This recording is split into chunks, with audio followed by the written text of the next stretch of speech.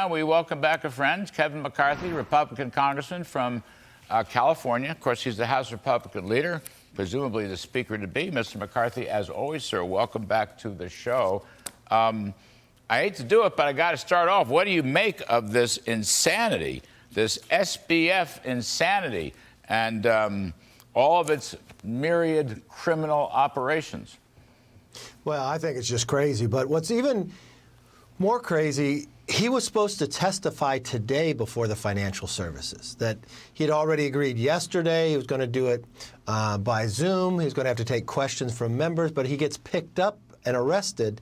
Now I wonder if Congress or the American public are ever going to get the answers they really need. This is pretty much like a Bernie Madoff, the more you look at it. And you talk about the parents and the others. We really need to know, where did this money go? What was he doing? What was he providing? And I think having testified would have been the first start. I know a number of members who serve on that committee, from Lee Zeldin and others, who are prepared to try to get to the bottom of a lot of this. Kevin, do you think it was, the U.S. attorney deliberately pulled this off? You know, made the charges, got the Bahamian authorities to put him in custody so he would not testify today? I mean, are you inferring that? I'm not inferring, but everybody knew he was going to testify. I mean, the chairman of the committee, the ranking member, last night it was set that he would testify now. It's interesting that this was taken up. I'm not going to refer anything, but after reading what we found now from the Twitter files and others, it at least, I believe, it would be important to ask the question. Did anybody know? Was there any action taken? I don't know what to trust anymore from this perspective. Why would they, when all of his money goes to Democrats, why would they want him not to have to answer these questions?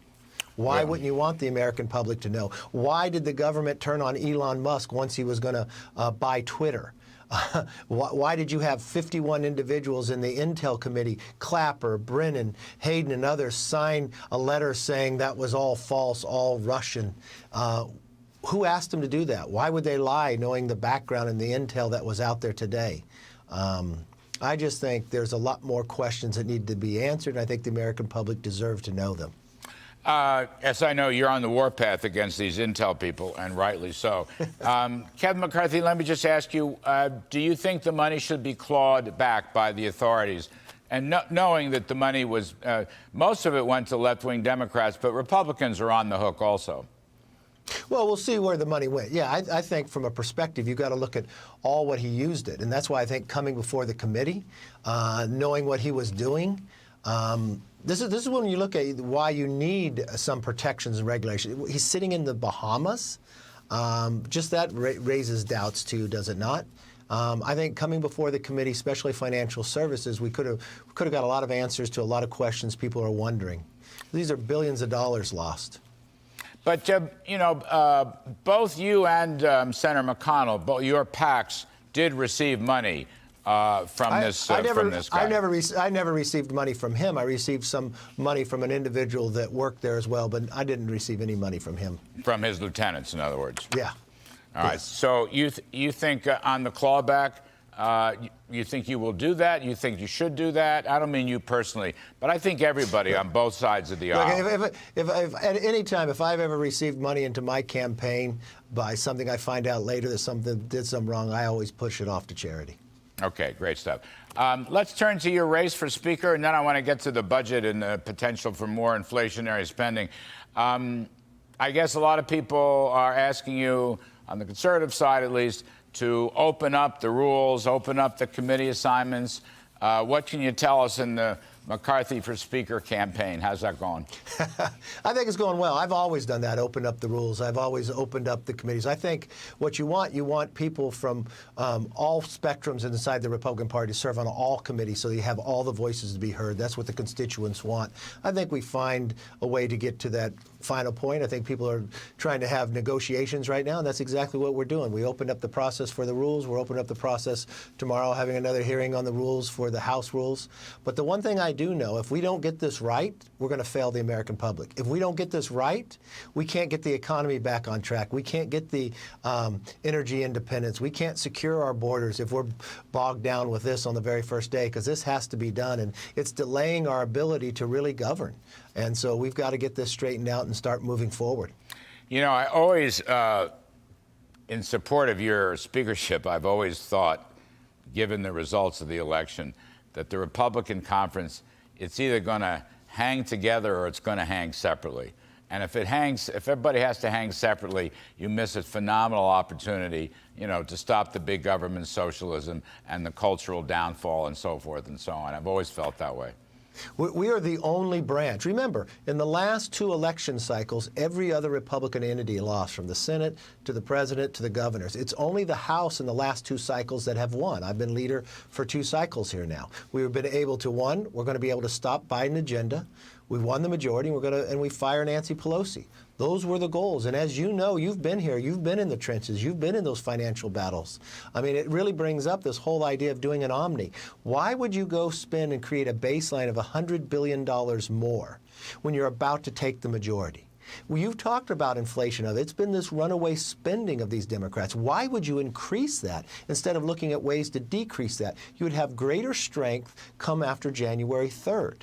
I would say do a short-term CR and then let us go and have these negotiations. We would come with greater strength. And you saw the real change already, being able to take the mandate out for the vaccine for the military men and women.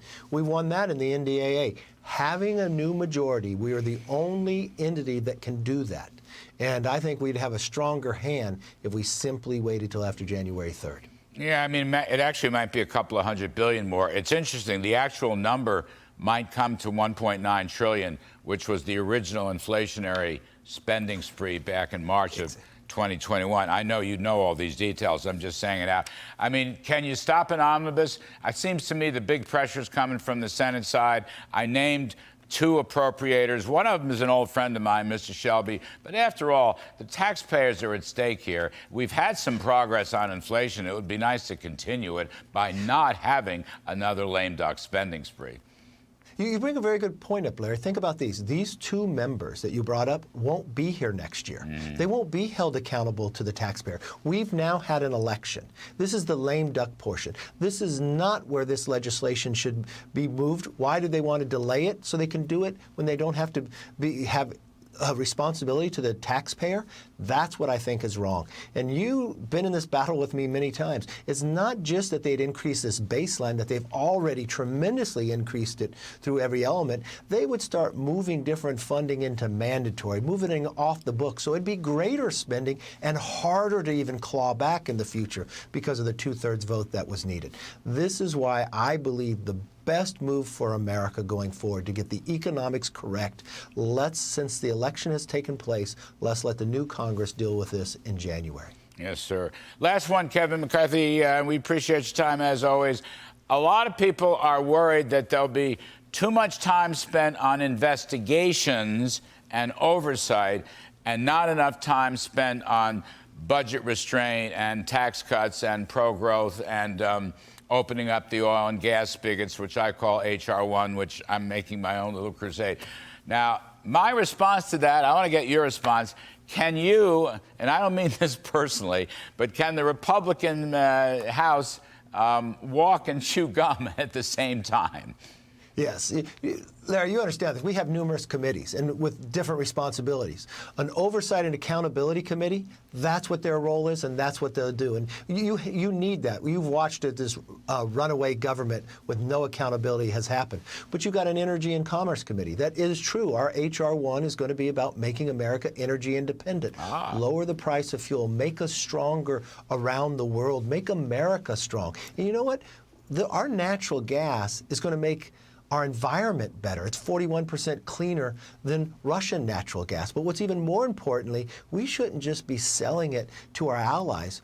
Why don't we make China dependent on our natural gas to make the political strength around the world at the same time? But Americans can fill up their tank, have money left to go fill up and buy dinner, but they also could have a stronger job.